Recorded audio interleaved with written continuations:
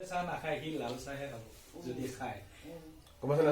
Actually কথাটো হ'ল কি, সেইটো আমাৰ প্লাছ পইণ্ট এটা যে আমি আজি বহিছো ঈদ নহয়, আমাৰ জিকিৰৰ অডিশ্যন আছে আমাৰ 3 তাৰিখে। তাৰে আমাৰ ৰিহাৰ্চেলত বহি আছো, মই আছো।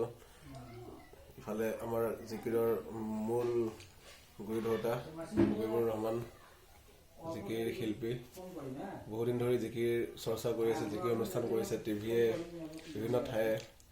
এইবাৰ অডিশ্যনৰ বাবে সাজু হৈছে তেওঁ। চাকৰিৰ পৰা বিৰত থাকি অলপ সময় উলিয়াই।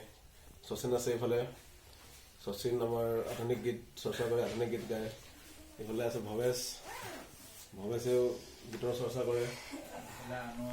আনোৱাৰ খুৰা আছে আমাৰ গোৱালপৰীয়াৰ, বিশেষকৈ গোৱালপৰীয়া। আনোৱাৰ খুৰাই কোনটো গান গাই বেছি? গোৱালপৰীয়া